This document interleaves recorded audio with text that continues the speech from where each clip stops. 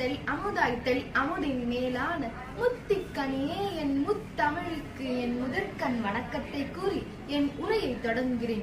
உயிரீந்த தமிழுக்கு உன்னதம் சேர்க்க மருத்துவம் என்னும் தலைப்பில் உங்களிடம் பேச நான் வந்துள்ளேன். உணவே மருந்து, மருந்தே உணவு என்பது சித்தரின் வாக்காகும்.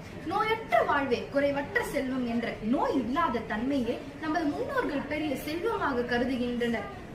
தமிழ் இலக்கியங்களில் மிகவும் புகழ்பெற்ற உலக பொதுமறையாம் திருக்குறள். அத்தகைய திருக்குறளில் திருவள்ளுவர் நமக்கு 10 குறட்பாக்கள் மருத்துவம் என்ற தலைப்பில் எடுத்துரைக்கிறார்.